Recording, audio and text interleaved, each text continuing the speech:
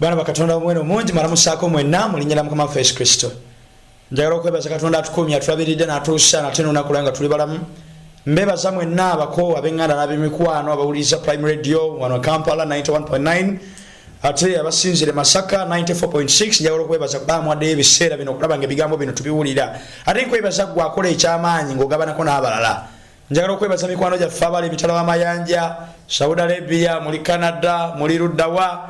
Mwebale olw'ebigambo bino bemulaba kuyita ku mitimbagano gyaffe gya YouTube ate wamu ne Facebook. Mwebale nnyo, mwebalidda Mukama abampeera omukisa. Tusaba kiri kimu omukisa gwe yasuubiza eri abo abasoma abawulira era abakola ebigambo by'ekitabo kino bisobole okuba omukisa ogubeere ku buli ssekinnoomu awulira ebigambo bino. Tukyali wansi w'omulamwa gwaffe omukulu ogamba nti enkomerero eri wano kumpi oba kutiisatiisa. Njagala okwebaza oluganda omwagalwa nebaza mikwano gyaffe abali Toronto, Uganda, SDA Church. Mwebale olw'okulaba nga Gospel Arena eteekebwamu ensimbi era egenda mu maaso. Njagala okwebaza management ya Prime Radio. Mwebale nnyo obutakoowa okulaba nga ebigambo bino bifaanana bwe biti mu mwaka tuddamu okubiwulira emirundi egiwererako ddala. Nkusaba omwagalwa ebigambo bino by'owulidde bigabaneko n'omulala. Mutegeeza atege 91.9, mutegeeza atege 94.6. Tusobole okuba nga ebigambo bino bituzimbira wamu ffenna mu ngeri ey'enjawulo. Olunaku olw'eggulo twabadde mu kwetegereza nga tulaba okuva ew'omukazi omwenzi. Katonda atuyita okuva mu maddiini ne mu makanisa agatalina Yesu. Kubanga ebyawandiikibwa ebitukuvu bitutegeeza nti yekka mwe muli obulokozi. Olunaku olwaleero tukomyewo nate wansi w'omulamwa guno nti enkomerero eri wano kumpi oba kutiisatiisa nga twagala okweyongera okutunuulira olunyiriri luno olunene olw'Abaruumi 13:11 olugamba nti era mukolenga bwe mutyo kubanga mumanyi ebiro ng'obudde butuuse kaakano mw'okuzuukuka mu tulo kubanga kaakano obulokozi bwammwe buli kumpi okusinga bwe mwakkiririza. Omwagalwa ebigambo bino Mukama byatuleetedde mu kiseera kino kwe kulaba gwe nange obulamu bwaffe tubumukwasa nga tubuwaayo nga atwerokolera asobole okutaasa mu bulabe wansi w'amaanyi g'omulabe Setaani gwe nange tusobole okusikira obwakabaka obw'omu ggulu. Olunaku olwaleero mugana mwagalwa ekyokuyiga kyaffe kiriko omutwe ogamba nti olunaku lwo mu kooti. Onayogera naawe si mulala yembulizi w'enjiri ya Mukama waffe Sempira Martin. Kansabe gwe nange tuwombekola okusaba. Katonda waffe omukulu w'omu twagala okwebaza nate olunaku olwaleero. Tukwebaza nnyo Mukama olw'obugabirizi n'obukuumi by'otuwadde. Weebale bw'otuwadde omukisa era bw'okyatuwadde ekirabo eky'obulamu mu nnyindo zaffe. Bw'otukuumye bw'otuleseewo ne tutamaliibwawo n'okutuusa essaawa y'olunaku olwaleero Mukama nga tukyayogera ku linnya lyo. Tukwebaza Mukama olw'ebinene n'ebikulu by'okozesa gye tuli era obulamu bwaffe. Kwebaza olw'omuddu ono muzaana waddeyo ebiseera bino okuwulira ebigambo bino ku Prime Radio neyewaddeyo okubiwuliriza. Taata omuyinza w'ebintu byonna nsaba ekisa kyo n'okwagalako bibeere ku baddu bano abazaana bo bitubeereko bulijjo mu kuyita mu bigambo bino osobole okwogera naffe era ku nkomerero ya byonna otwerokolere ku bwa Yesu mulokozi waffe tusabye amiina. Njagala kusooka okutegeeza gwe ali eyo ng'olina ekibuuzo kyonna ekitali kya byabufuzi naye nga kisangibwa mu Bayibuli ojja kukuba ku namba 0702 08 4832 0702 bw'oba layini MTN 0777 emirundi 4 19 214.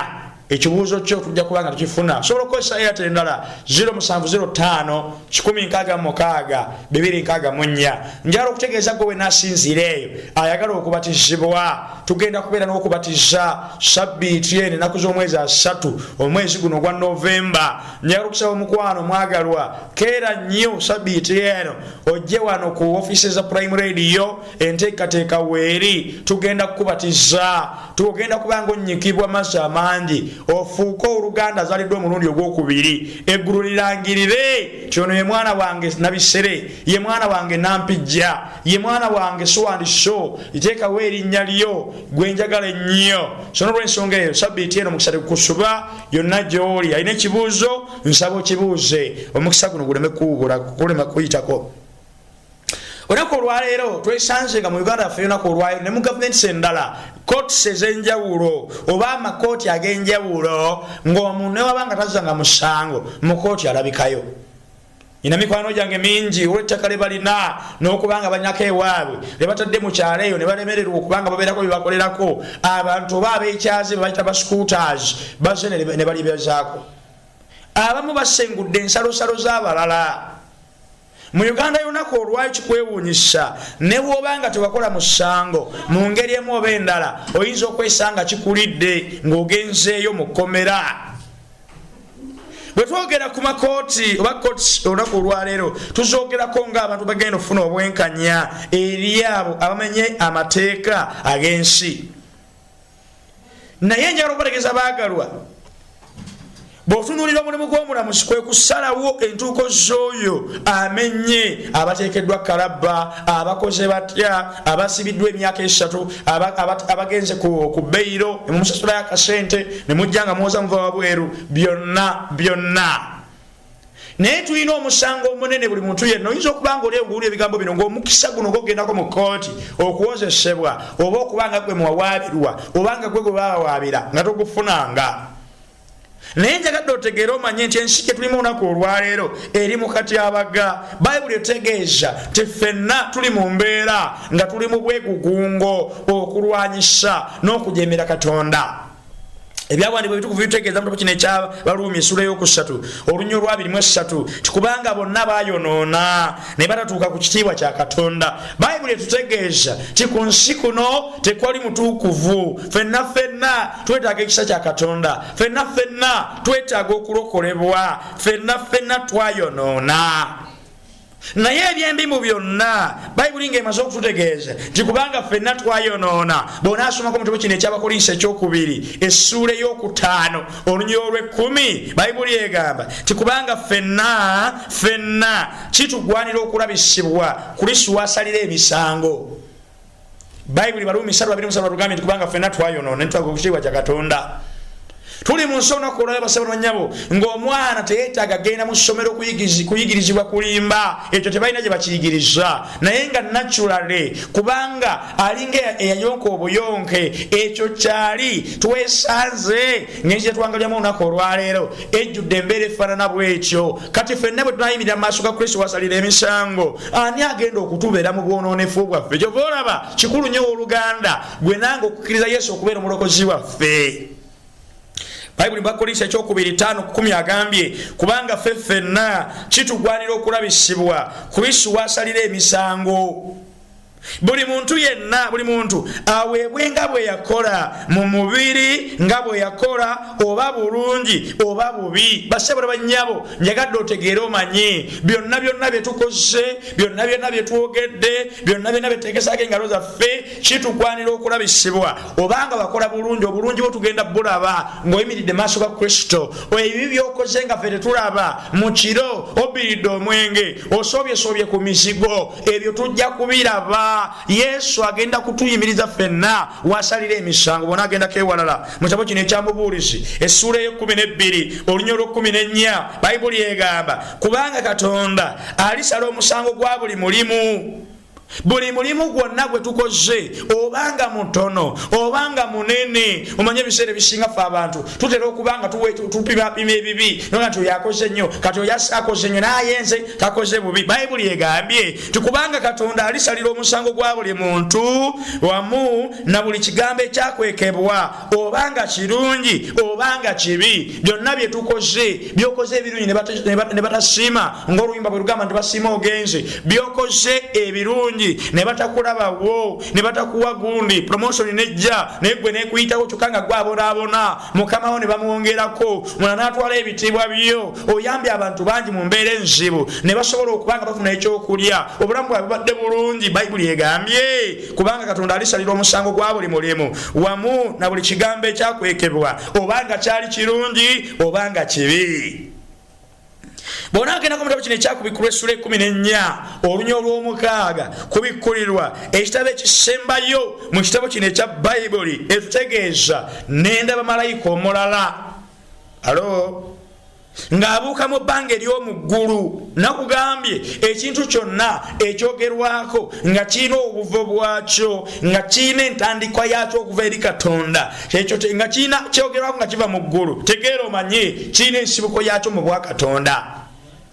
Bayibuli kyevutegama nenda malayika omulala ng'abuka mu bbanga ery'omu ggulu ng'alina enjiri ey'emirembe n'emirembe okubuulira abatuula ku nsi na buli ggwanga n'ekika n'olulimi.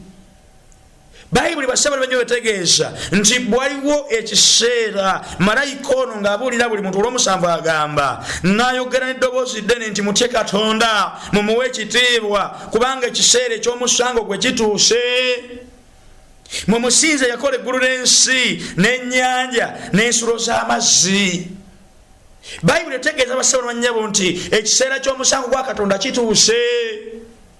Ate nga buli omu kimwetaagisa okuyimirira Kristo wasalira emisango obanga yakola ebigambo ebirungi obanga yakola bibi yayogera bibi byonna bigenda kulabisibwa Kristo wasalira emisango. Kubikkulirwa essula ya 22 onyola 12 atugamba laba njija mangu n'empeera yange eri nange okusasula buli muntu ng'omulimu gwe bwe guli. Buli kimu kyonna kyonna kye tukoze obanga tukoze bulungi obanga tukoze bubi Bayibuli etegeezezza Yesu ajja mangu era n'empeera ye agenda kusasula buli muntu ng'omulimu gwe bwe guli. Agenda kusasula buli muntu nga bw'akoze mu mubiri nga bw'akoze mu birowoozo bye nga bw'akoze n'emikono gye nga bw'akoze n'amagulu ge nga bw'akoze n'emimwa gye ebigambo bye tugeya nga tuli ewaka. Basabula bannyabo Bayibuli egambira banzija mangu n'empeera yange eri nange okusasula buli muntu ng'omulimu gwe gukola gutya ng'omulimu gwe bwe guli. Yesu atwadde omukisa n'ebbanga lino lyonna okusobola okubanga gwe nange twenenya. Era njagala okutegeeza omwagalwa mu kuseera kiri ekyokusala omusango tolina kyakwewozaako. Byonna abikoze byonna Katonda byeetaaga okukola abikoze gwe nange tusobole okulokolebwa. Naye bwe tugaana tugenda kulabika abaamukkiriza Sitaani bajja okukayanira naye nga baamala ne bamukkiriza bajja kusalibwa omusango. Abakoze obulungi bajja kuyimirira basalira omusango. Abakoze obubi bajja kuyimirira basalira omusango. Bye tukoze mu kyama bijja kulabikosebwa mu musango. Mu maaso nga buli omu alaba bijja kukozesebwa. Kubikulu essula ya 2:11 mu Bayibuli gyevude egamba nendaba entebe ey'obwakabaka ennene enjeru n'oyo yali atuddeko eggulu n'ensi ne bidduka mu maaso ge era tebyazuulibwa na kifo. Entebe ez'omu ggulu ez'obwakatonda zigenda kuteekebwawo. Bayibuli egenda maaso netugamba bw'onaasoma n'olw12 nendaba abafu abakulu n'abato nga bayimiridde mu maaso g'entebe ebitabo ne bibikkulwa n'ekitabo ekirala ne kibikkulwa kyekyobulamu. Abafu ne basalirwa omusango mu ebyo byawandiikibwa mu bitabo ng'ebikolwa byabwe bwe biri. Oluganda omwagalwa Bayibuli etegeeza nga buli omu kimwetaagisa okulabisibwa Kristo wasalira emisango. Tegeera omanye abafu n'abalamu bagenda kusalibwa emisango okusinziira ku byawandiikibwa mu bitabo. So wano kyenjagadde otegeera omanye nti mu ggulu waliyo ebitabo ebigenda okukozesebwa mu kiseera eky'okusala omusango. Kubikulu essula ya 2 olw'14 n'olw'15 agamba n'ennyanja nereeta abafu abaalimu n'okufuga n'amagombe ne bireeta abafu abaalimu ne basalirwa omusango buli muntu ng'ebikolwa byabwe bwe byali.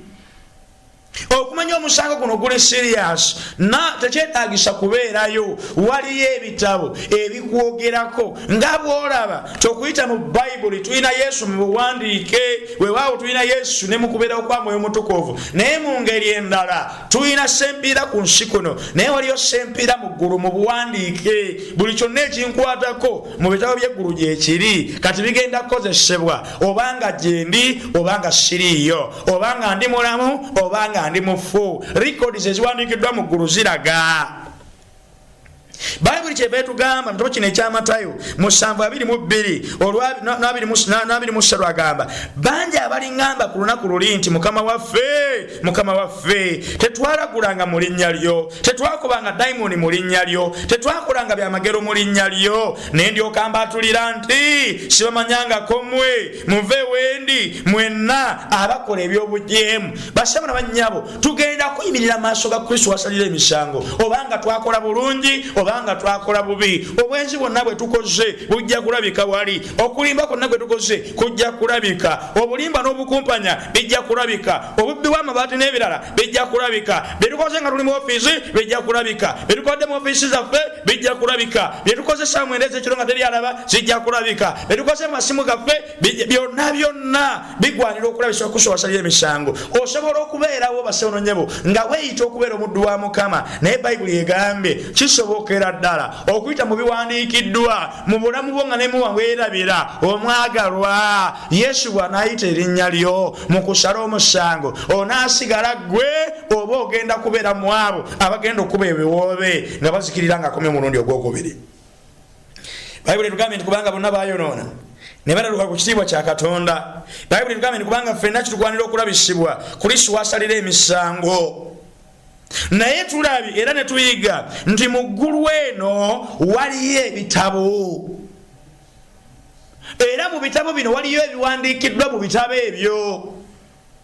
Mu kitabo kino eky'Amatayo essula y'e12 olwa 36 Bayibuli egamba era mbagamba nti buli kigambo ekitaliimu abantu kye boogera balikiwoleza ku lunaku olw'omusango. Ebigambo by'oyogedde eby'obuwemu oba oli w'amasannyalaze oba oli mu kwalula balongo ebigambo by'oyogedde mu kuwemulawemula oba oli w'akasasiro oba oli kiki kyonna ky'oli njagadde otegeere omanye omugambo ogutuka mu ssengo gwogedde ku banno Oluganda buli ebigambo bino Bayibuli egambye era mbagamba nti buli kigambo ekitaliimu abantu kye boogera balikiwolereza ku lunaku olw'omusango.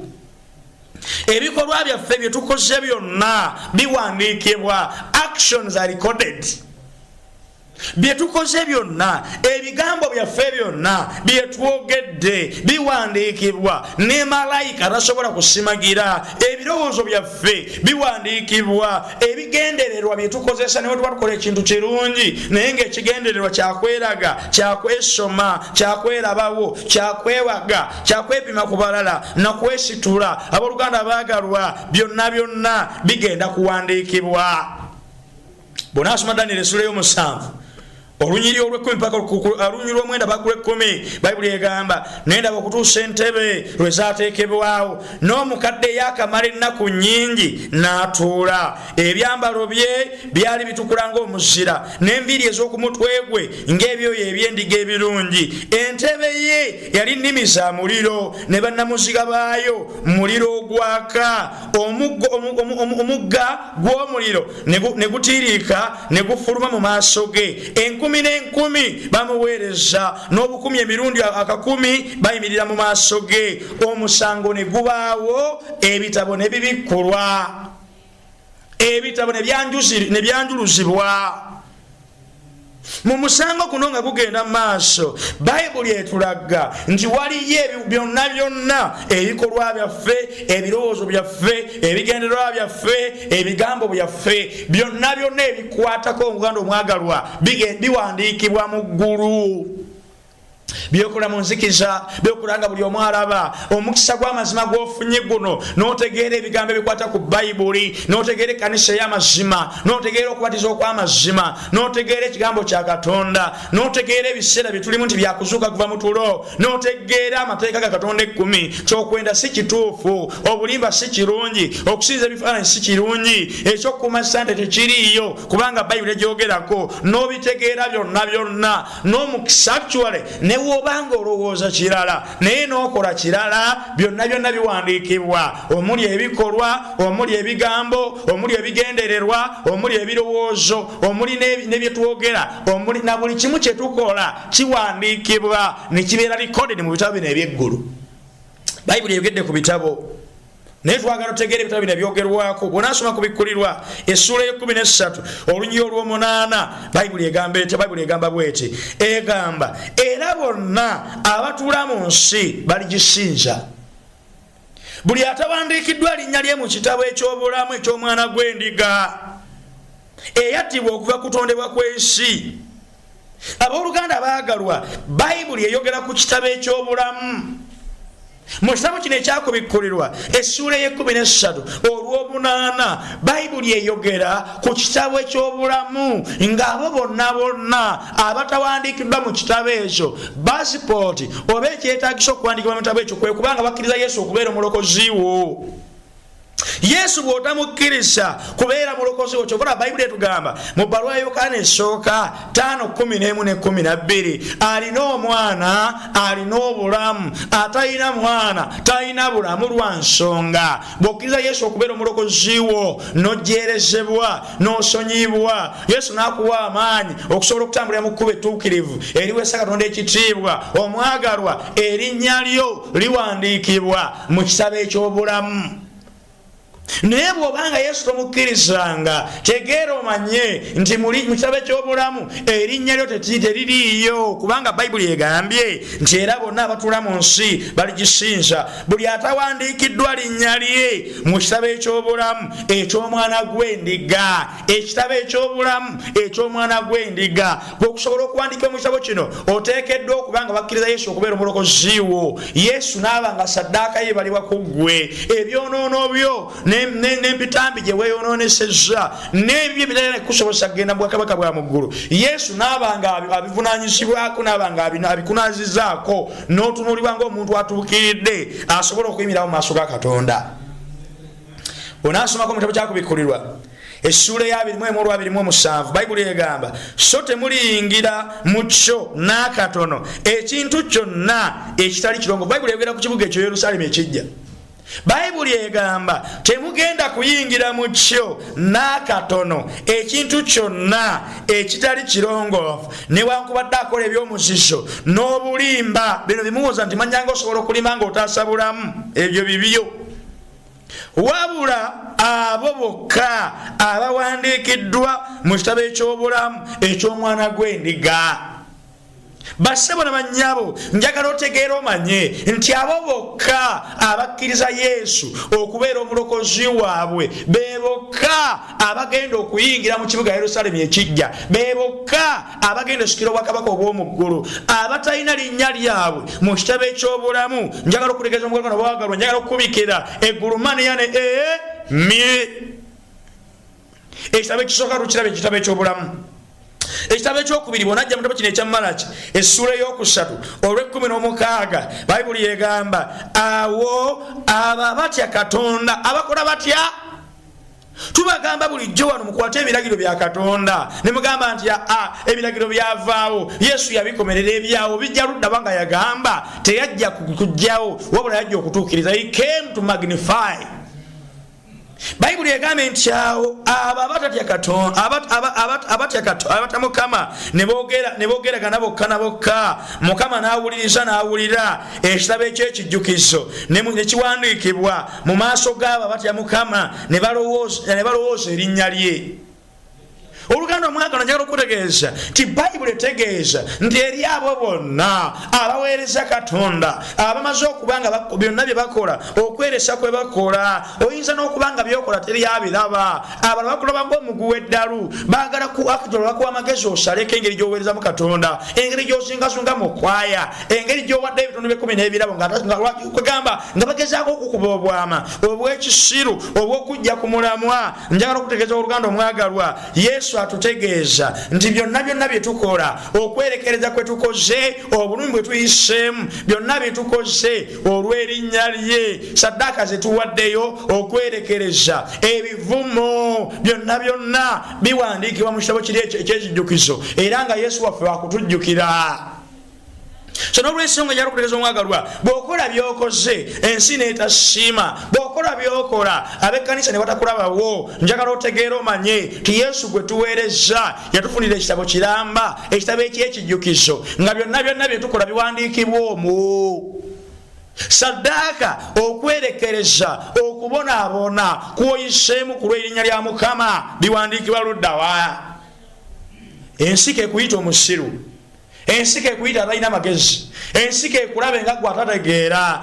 Bw'onaasomako wano ewalala mu Zabbuli 56 olw'8 bayibuli egamba nti gwe obala okutambulatambula kwange, oteeka amaziga gange mu kasumbiko.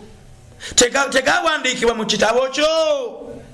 Olaba n'okubonaabona n'amaziga g'okaaba akukaabiza omutima agumenye akulinnyeeko akulabye akuyisiza ng'ekitagasa naye byonna ng'obikola ku lwa Yesu. Njala okutegeeza oluganda omwagalwa mu kitabo mu ggulu ng'oggyeko ekitabo eky'obulamu waliyo ekitabo eky'ekijjukizo. Bw'onaaba ogenzeeko mu kitabo kino ekyakubikkulirwa Essuula eyabiri onyolo 12 Bayibuli erugamba nendaba abafu abakulu n'abato nga bayimiridde mu maaso g'entebe ebitabo ne bibikkulwa n'ekitabo ekirala ne kibikkulwa kyekyobulamu abafu ne basalirwa omusango mu ebyo ebyawandiikibwa mu bitabo n'ebikolwa byabwe bwe byali. Bw'onaasoma Isaaya 55 olw'omukaaga n'olw'omusanvu Bayibuli egamba laba kiwandiikiddwa mu maaso gange sirisirika naye ndisasula weewaawo ndisasula mu kifuba kyabwe. Basebo n'onnyabo njagadde otegeere omanye olw'omusanvu agamba obutali butuukirivu bwammwe n'obutali butuukirivu bwammwe n'obutali butuukirivu bw'abajjajja mmwe wamu bw'ayogera Mukama abayoterezanga abatuzanga obubaane ku nsozi ne munzivoola ku busozi kyendiva nsooka okugera omulimu gwammwe mu kifuba kyange. So tulina ekitabo ekirala ng'ogyeko ekitabo eky'obulamu ekitabo eky'ekijjukizo kyekitabo ekyokufa oba ekyekibi.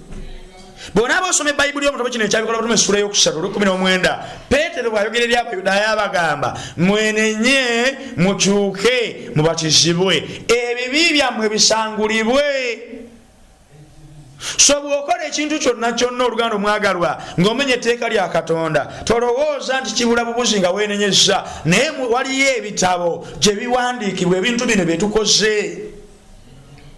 Ngera bw'onaasangibwa nga ku akawunti yo ey'ekibi olinayo ekibi kyota yatudde era ekitasonyiyiddwa njagala okutegeeza oluganda omwagalwa erinnya lyo terijja kusigala mu kitabo kya bulamu n'ebijjukizo bye tebijja kukola makulu. Kitegeeza nti ogwanya okubanga gwe nange tutambula Bayibuli nga bweyigiriza nga bwetunnyonnyola. Yeremiya 2:22 agamba nti kubanga newankubadde ng'onaaba n'oluvu n'okozesa ne sabbuuni mungi naye obutali butuukirivu bwo bulambiddwa mu maaso gange bw'ayogera Mukama Katonda. Tegeera omanye okweyonoonesa kweyononesezza oba okukoza ensi teraba oba oyogedde ensi teraba. Bayibuli otegeeza mu kitabo kyangero 15:3 nti amaaso ga Mukama amaaso ga Mukama gali mu buli kifo galaba ekirungi n'ekibi.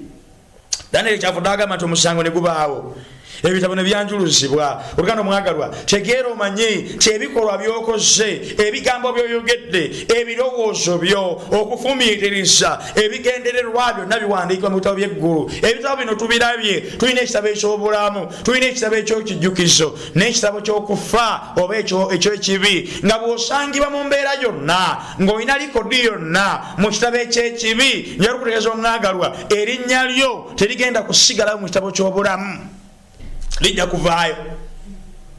Mudu wa Mukama gwe bayita Musa bw'amala okuva ku lusozi n'asanga abaana ba Isirayiri nga beekoledde ennyana n'asula ebipande wansi n'akaana ne Katonda n'agamba nti Mukama bw'otabasonyiwa lwakiri erinnya lyange lisangule mu kitabo kyo.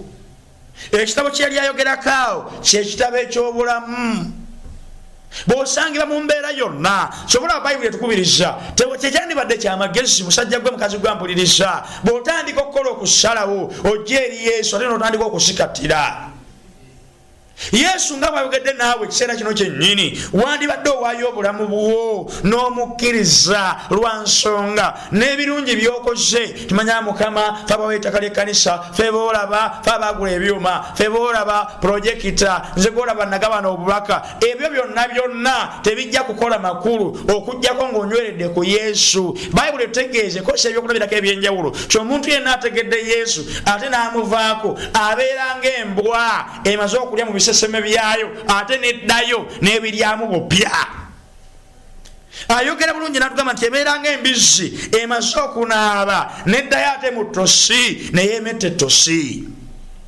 nga tumaze okutegeera bino byonna ebitabo ebigenda okutunuulirwa, njagala nkubuuze ekibuuzo kye tugenda okweddamu wano. Olowooza kiki ekikozesebwa mu nsi nga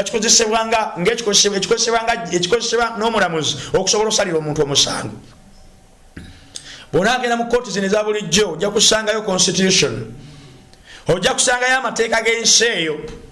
Naye njagala okutugeeza omwagalwa mu yeekalo ey'omuggulu, mu kooti ey'omuggulu, ekigenda okukozesebwa Yakobo essuula ey'okubiri olunyiriri olw'10 paka ku lw'12 agamba, kubanga omuntu yenna bw'abanga akwata amateeka gonna naye n'asobyamu omulimu ng'azzizza omusango gwa gonna. Bayibuli egamba nti kubanga oyo yayogera nti toyendanga ate ye yayogera nti tottanga, kale bw'otoyenda naye notta ng'ofuuse omwonoonyi w'amateeka. Ebiragiro bya Katonda tubiraba wano. Era byayogeraku wano Yakobo gw'alowooza nti biri byandagaano nkadde, manyanga Yesu yabikomerera. Yakobo agamba kubanga yayogera nti toyenda, eyo li mu mateeka 10, ate yayogera nti tottanga, ago mateeka 10. 12 agamba mwogerenga era mukolenga bwe mutyo ng'abagenda okusalirwa omusango n'amateeka ag'eddembe. Bayibuli etegeeza abasobola bannyabo nti gwerange reference point oba constitution egenda okukozesebwa mu kiseera ekyokusala omusango si kirala naye ge mateeka ga Katonda 10. Tobanga na bakatonda abalala wendi, teweekolera kifaananyi kyole, naye wakola ekya Mariya, wakola ekya Yesu, wakola ekya Peetero, wakola ebifaananyi mu nnyumba, olinayo eky'omusumba wo, olinayo ekya nnabbi wo, olinayo eky'omutume wo. Basobola bannyabo wakola ekifaananyi kya Yesu, n'okola eky'abamalayika, wakola ekintu ekiri ku nsi wano, n'okola ebiri wansi mu ttaka. Basaba banyabo ebyo bigenda kubanga bitunuulirwa. Etteeka lya Katonda ligamba litya? Bayibuli etugamba tolayiriranga bwereere, naye oluvannyuma lw'owasa omukyalo oyo wavuna omukazi omulala n'ewaka gy'osula baba banja rent emyezi 3 emabega, naye ono malaya gwe wapangisiza sayiri kiiki bamusasulira emyezi 5 mu maaso nga tasasula emitwalo 7 wakamusasula 15. Wamulayirira okubeerawo naye mu bulungi ne mu bulwadde. Oluganda omwagalwa njagala okutegeeza ebigambo bino bitulaga nti gwe nange Bayibuli etugamba tolayiriranga bwereere, mulayidde abakulembeze ne mulemerera okutuukirira. Gwe kennyini walayira bwe baali nga bali mu kuziika taata w'omwana oyo ojja kumusasula school fees, bwe mwali musasula contract n'omukozi oyo gwe kennyini walayira n'omuwandiika contract ogenda kumusasula emitwalo 7 naye kati akubanja emyezi 6 emabega. Toyagala kusasula oluganda, omanye abakubanja toyagala kubasasula. Basaba banyabo Bayibuli etugambye jjukira olunaku lwa Ssabbiiti okulutukuzanga. Etteeka eryo kkulu nnyo, lyerimu ku tteeka lyokka, mateeka 10. Kana bw'atandika n'ebigambo jjukira kubanga lyaliwo ng'era lirikiriya. Naye oli ku mulembe guno oli mu kwebuzaabuza oluganda. Ensonga zino ozirabanga ezitakola makulu, odda mu kwoza byafaayo nga tolina nakunnyonnyola. Naye njagala kutegeeza omwagalwa etteeka lya Ssabbiiti weeriri n'okutuusa olunaku olwaleero n'ekiseera ky'omusango. Etteeka ery'omusango Saturday teweebuzaabuza, okimanyi bulungi nnyo tolunaku olw'omusango lwa Saturday si lwa Sunday. Ebyo byowozaawoza timanyanga tekikola makulu lunaku lwenkuuma kasamba nga nsinza Katonda. Olunaku lwonna after all lusobola okubeera olwa Ssabbiiti, biri luddawo bisoma luddawa. Basabona banyabo njagala otegeera omanye nti amateeka ago gonna n'etteeka eryokuna ligenda kukozesebwa. Etteeka erya kitaawo n'ennyoko basangamu ekitiibwa lya kukozesebwa, ligenda kutunuulirwa. Bazaddeyo bayise otya? Abaana ku mulembe guno mwepampalise, maama wo gw'ayagalako nawe gw'oyagala. Basabona banyabo maama wo kugambye nti muna abaana bange kola bwoti, mwana wange beera muwulize, beera mu n'empisa, neweefuula kiwajji, lijja kukozesebwa. Etteeka ly'otottanga embuto z'owakulamu ng'olinga wakula enjuki. Oluganda omwagalwa njagala otegeera omanye tugenda kuyimirira ffenna Kristo wasalira emisango akubuuze embuto nennabaana okubanga ogiwumulamu ebituli. Basobola onyabo wali onoonya ki? Obwenzi bw'okoze mu mbeera zonna nga bakuwaanawaana, toyo gw'olaba talina mukazi amulemwa, oyo gw'olaba wakabi nnyo ategeerekeka, oyo gw'olaba tasobola kukwana n'olemwa. Oluganda omwagalwa bagira bakupiikapiika nnyo nga bakwewaanisa, naye Yesu agenda kukubuuza nga tunulira etteeka eryo toyendanga. twegombye mukazi wa munno kubanga mwana tuyagenda kunonya sente safari ate goli wa chutekisi omanye okuwaana ate mukama gwe yayewa ebigambo bayibuli egamba tewegombanga wegombye ebintu mu mbeera zonna gavumenti nimwegomba ebyabanaku kubanga tebalina gye bayomba ate goli w'amaanyi nnyo oli ofiisi omulamba olina ab'omanyi balooya olina ne balooya bawera 6 olina ne lofaamu gy'olina mwana ettaka ly'abanaku n'osobola okubanga olitwala nga gwe bw'oyagadde njagala okutegeeza omwagalwa tugenda kulabisibwa ku nsuwa salira emisango ng'amateeka ag'e10 gagenda kutunuulirwa ensalosalo zewasengula kubanga oli w'amaanyi n'ensimbi ozirina. Omusango guno njagala okitegeera okimanye gugenda kubaawo nga Yesu tannakomawo. Omusango guno gwe twogera ku byawandiikibwa olunaku lw'omu kkooti gwakubaawo nga Yesu tannakomawo era Bayibuli etugamba mu kitabo kino ekyakubikkulirwa 12:10 n'empulya eddoboozi eddene mu ggulu nga lyogera nti kaakano obulokozi buzze n'amaanyi n'obwakabaka bwa Katonda waffe n'obuyinza bwa Kristo we kubanga aloopa baganda baffe yasuulibwa abaloopa mu maaso ga Katonda we emisana n'ekiro waffe emisana n'ekiro. Yesu nga tannakomawo ku nsi kuno yandika nga yetugamba nti laba nzija mangu n'empeera yange eri nange. Stage esooka bonna asoma Peetero ekisooka 4:17 atugamba nti omusango kigugwana okutandikira ku nnyumba ya Mukama. Stage esooka pre-advent investigative judgment etandikira ku nnyumba ya Mukama. Naye bw'okkiriza Yesu okubeera mulokozi wo n'omukkiriza okubeera mulokozi wo n'omukkiriza okubeera mukama w'obulamu bwo Baluumi 8:1 agamba kale kaakano tebaliiko musango abali mu Kristo Yesu mukama waffe. Bw'okkiriza Yesu okubeera omulokozi wo njagala okutegeeza omwagalwa Bayibuli erangirira Katonda akulangirira nti olina musango eriye. Bw'onaayimirira mu maaso g'entebe waasalira emisango oyo atunuulira by'okoze mu kyama by'okoze mu lwatu by'okoze by'oyogedde by'ofumiitiriza n'ebirowoozo byo. Njagala otegeera omanye bw'obanga wamukkiriza Bayibuli egambye tebaliiko musango. Oluganda omwagalwa njagala otegeera omanye tibokkiriza Yesu okubeera omulokozi wo Yesu agenda kubeera jjaaji ye muwolereza omukulu ate era yawozesa. Kitegeeza nti singa wamukkiriza byonna ajja kubikola in your favor. Oluganda omwagalwa engeri gy'osobola okukolamu okulaba nga gwe nange obulamu bwaffe twetegekera omusango weesige Yesu nti asobola okukulokola. Balwayukana esooka 2:10 olw'osooka agamba baana bange abato mbawandiikidde ebyo muleme okukola ekibi era omuntu yenna bw'akola ekibi tulina omuwolereza eri kitaffe Yesu Kristo omutuukirivu. Bassebo bannyabo kkiriza Yesu leero mwesige nti asobola okukulokola. Mwesige nti newankubadde nga weeyosoboddemu embuto nnyingi ne nabaana ne bagijjamu asobola okukunaazaako ebitali bya butuukirivu.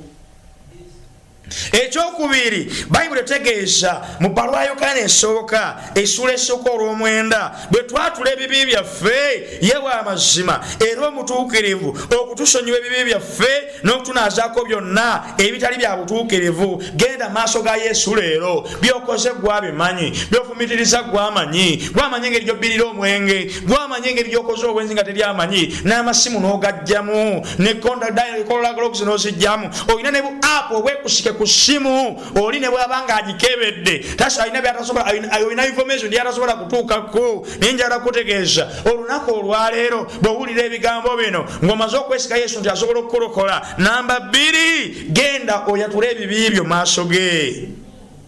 Ekibi eky'okwerowooza ajja kukisonyiwa, ekibi eky'obusungu ajja kukisonyiwa, ekibi eky'okulimba bw'ona agenda mu maaso ge ajja kuwandiikako nti kisonyiyiddwa, ekibi eky'amalala, ekibi eky'ennugu, eky'okubanga buli kiseera obeera n'ebirowoozo ebikyamu, eky'okubanga buli mukyala gw'olaba ne bakwata ekidomola ne bakyambaza sikaati ogoberera gwe weekanya kulaba sikaati weeri. Yesu ajja kusonyiwa. Oluganda omwagalwa Sabbiiti obaleka bakuzaala emyaka asatu obadde togimanyi tomanyi Sabbiiti y'amazima mutima naye olunaku olwaleero ogamba nti Yesu nsaba kunsonyiwa njagala kutegeeza omwagalwa tafaayo bbanga kyo omaze ng'oyonoona naye kasooba ng'otegedde leero jangu mu maaso ga Yesu ajja kukusonyiwa. Obadde mubbye ebbanga lyonna weepakula ne peeni z'abalala oseetudde empanyi z'abanno olidde enkoko eyingira ewuwo ogigira mu baafu bw'oti ebyoya olumala ogikongola n'obyokya enkoko z'abanaiba oziridde ziweddewo. Yesu akuyita ekyo nakyayagala kikusonyiwa.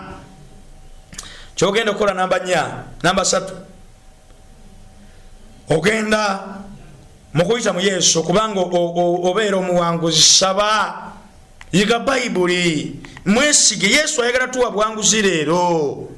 Yesu ng'ekiseera kiri ekyekisatu kinnakoma ayagala kugamba bigambo bino nti ayonoona abeere ng'akyayonoona era ng'omugwagwa akyali mugwagwa era n'omutuukirivu abeere ng'akyakola eby'obutuukirivu era n'omutukuvu abeere ng'akyali mutukuvu. Laba njija mangu n'empeera yange eri nange okusasula buli muntu ng'empeera ye bweri.